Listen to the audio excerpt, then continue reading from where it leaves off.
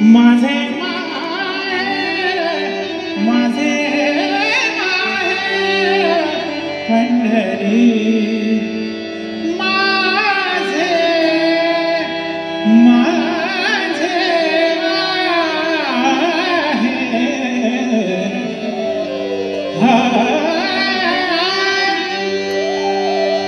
माझे माहेर माझे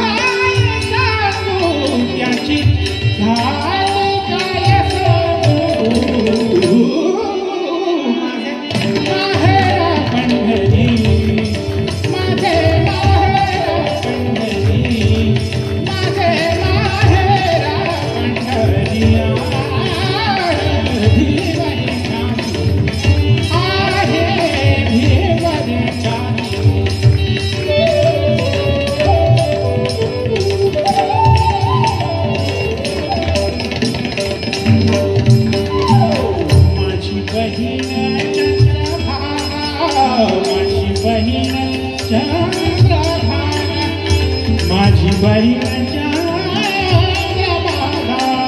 माझी बहीण चंद्रभागा, माझी बहीण बहीण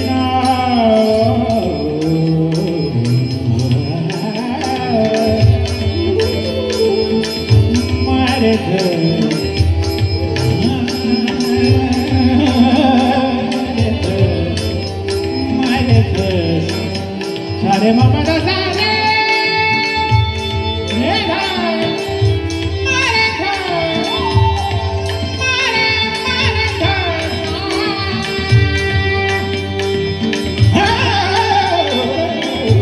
माझी बहीण चंद्रभागा, माझी बहीण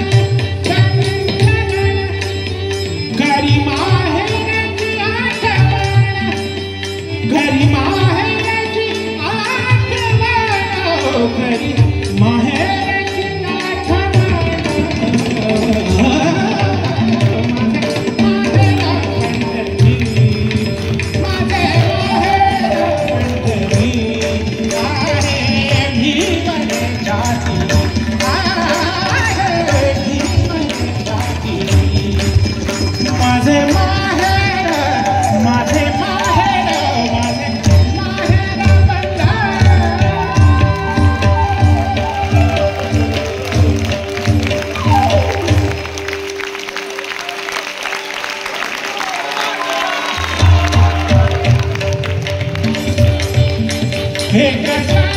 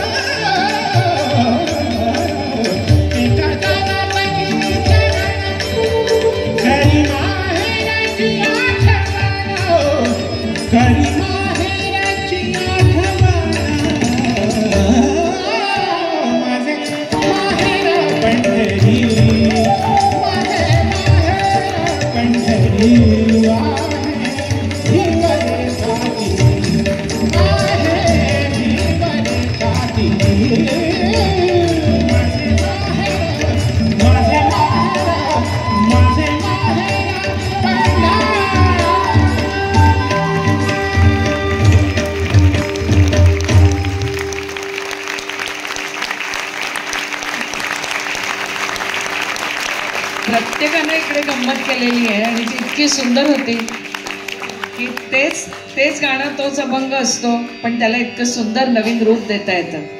आता कसं आहे की कुठेतरी ना एखाद्या भक्ताला विठोबाला सांगावं लागतं की मला कुठेतरी पायरीशी जागा दे.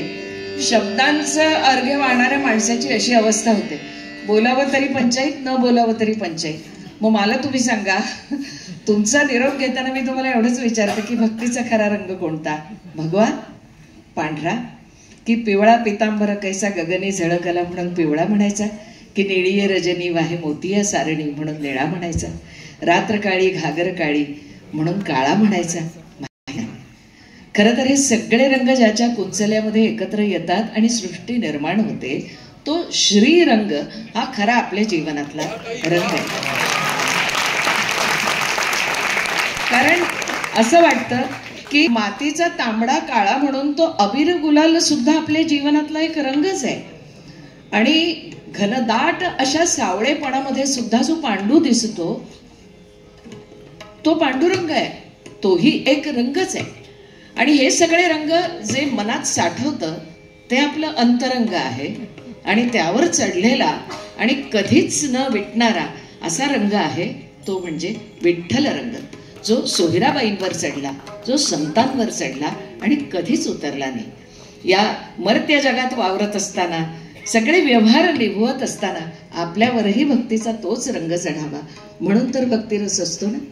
अवघा रंग एक झाला या रचनेनं संपूर्ण कार्यक्रमाची आम्ही सांगता करत आहोत. इथंच या गीतानंतर आम्हाला निरोप द्यावा. जय हरी विठ्ठल.